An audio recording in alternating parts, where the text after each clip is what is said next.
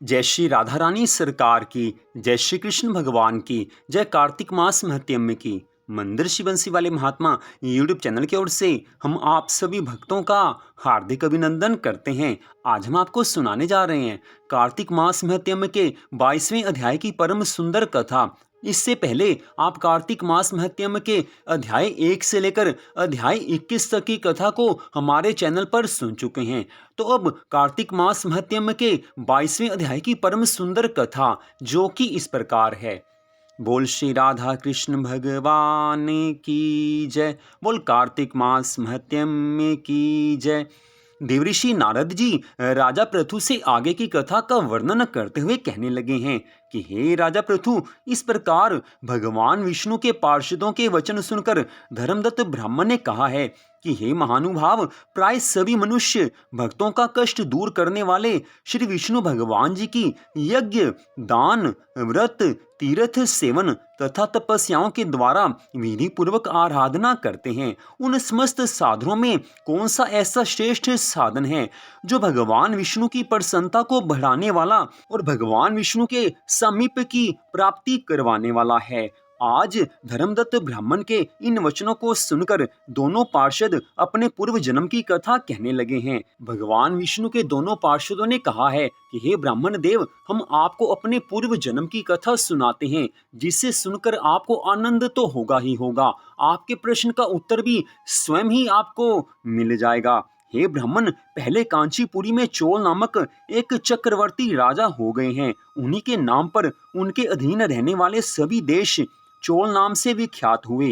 राजा चोल जब इस भूमंडल का शासन करते थे, उस समय उनके राज्य में कोई भी मनुष्य दरिद्र, दुखी, पाप में मन लगाने वाला अथवा रोगी नहीं था। उनके राज्य में सभी सुखी रहते थे। सबका मन भगवान के चरणों में लगा हुआ था। एक समय की बात है, राजा चोल अनंत शयन नामक तीर्थ में गए। उस स्थान पर जगदीश्वर श्री हरि विष्णु भगवान जी ने योग निद्रा का आश्रय लेकर शयन किया था। वहां भगवान विष्णु के दिव्य विग्रह की राजा ने विधि पूर्वक पूजा आराधना की है। दिव्य मणि, मुक्ता फल तथा स्वर्ण के बने हुए सुंदर पुष्पों से पूजन करके राजा ने आज भगवान को साष्टांग प्रणाम किया है। प्रणाम करके वे ज्यों ही बैठे, उसी समय उनकी दृष्टि भगवान के पास आते हुए एक ब्राह्मण पर पड़ी है, जो उन्हीं की कांची नगरी के निवासी थे।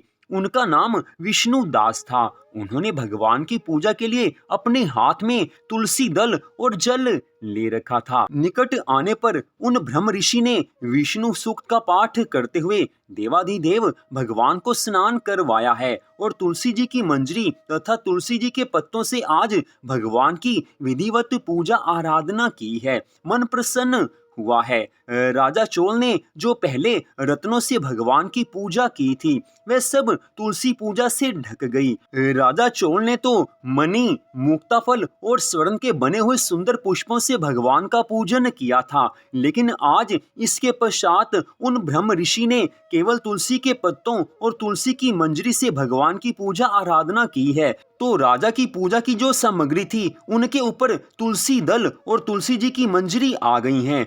राजा चोल की पूजा की सब सामग्री आज ढक गई है। ये देखकर राजा कुपित होकर कहने लगे हैं कि हे विष्णुदास, मैंने मणियों तथा स्वर्ण से भगवान की जो पूजा की थी, वह कितनी शोभा पा रही थी। तुमने तुलसी दल चढ़ाकर उसे ढक दिया। बताओ ऐसा क्यों किया? मुझे तो ऐसा जान पड़ता है कि तुम दरिद्र हो, तुम गंवार हो, तुम्हें कुछ भी ज्ञान नहीं है।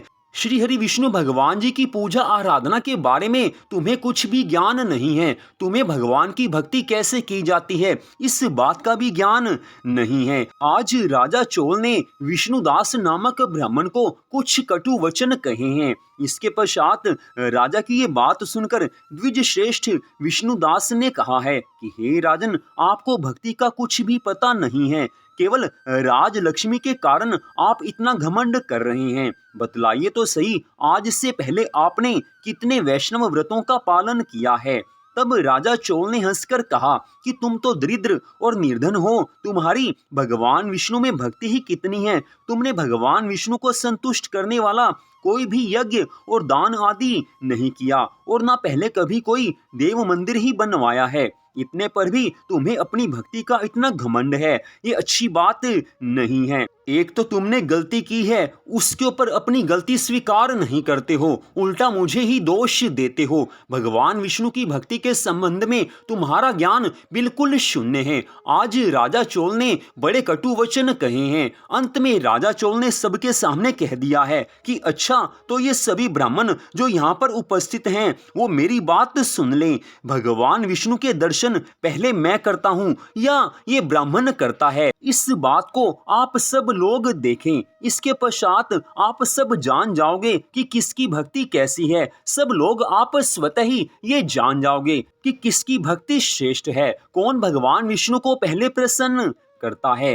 आज राजा चोल ऐसे वचन कहकर अपने राजभवन को चले गए हैं। वहां उन्होंने महर्षि मुद्गल को आचार्य बनाकर वैष्णव यज्ञ प्रारंभ किया है। उधर सदैव भगवान विष्णु को प्रसन्न करने वाले और शास्त्र के नियमों में तत्पर विष्णुदास ब्राह्मण भी व्रत का पालन करते हुए वहीं भगवान विष्णु के मंदिर में रहने लगे हैं। उन्होंने माघ और कार्तिक मास के उत्तम व्रत का अनुष्ठान, तुलसी वन की रक्षा, एकादशी को द्वादशाक्षर मंत्र ओम नमो भगवते वासुदेवाय, इस मंत्र का जाप, नृत्य, गीत आदि मंगलमय आयोजनों के साथ प्रतिदिन षोडशोपचार से भगवान विष्णु की पूजा आदि नियमों का आचरण किया है। भगवान की प्रसन्नता के लिए उन्होंने सब नियमों का पालन किया है। अपने मन को भगवान की भक्ति में लगाया है। अपने मन को पूरी श्रद्धा भावना से भगवान की कथा में लगा दिया है। उनके मन में केवल एक ही बात है कि कैसे भी हो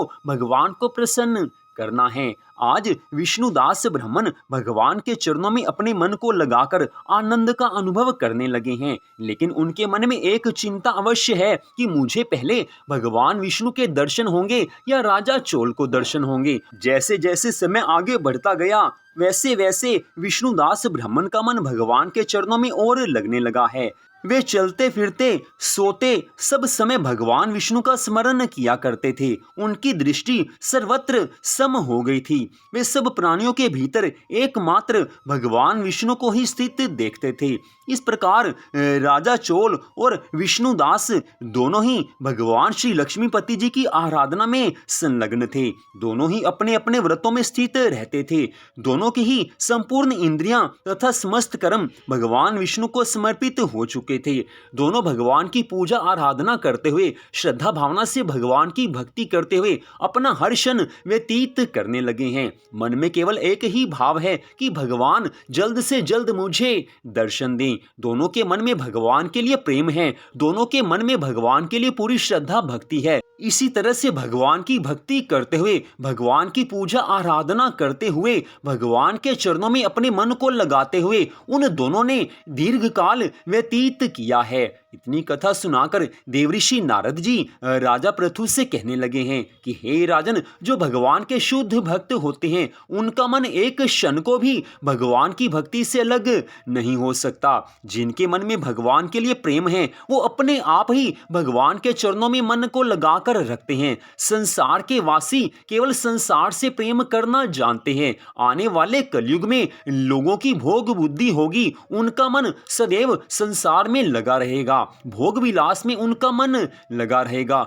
आने वाले कलयुग में संसारिक इच्छाओं की पूर्ति के लिए ही भगवान की भक्ति सब लोग किया करेंगे।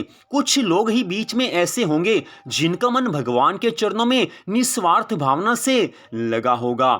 हे राजन, मैं तुम्हें साधुवाद देता हूँ क्योंकि तुम्हारा मन भगवान के चरणों में पूरी तरह से लगा हुआ है। भगवान की कथा को सुनना, भगवान की कथा से प्रेम होना, ये बड़े सौभाग्य की बात है। और जिसको भगवान की कथा से प्रेम हो जाता है उसका इसी जीवन में उद्धार हो जाता है। मनुष्य जीवन प्राप्त करके अगर भगवान की कथा में मन नहीं लगाया तो समझ लेना कि मनुष्य जीवन व्यर्थ ही गंवा दिया है, क्योंकि भगवान की कथा को सुने बिना कभी भी किसी मनुष्य का उद्धार हो ही नहीं सकता।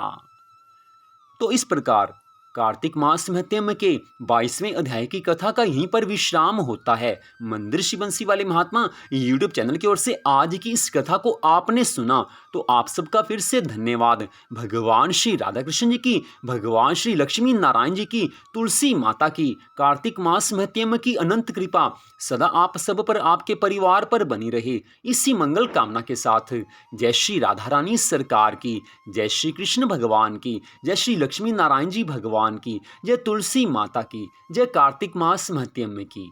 जय जय श्री राधे, जय जय श्री राधे, जय जय श्री राधे श्याम।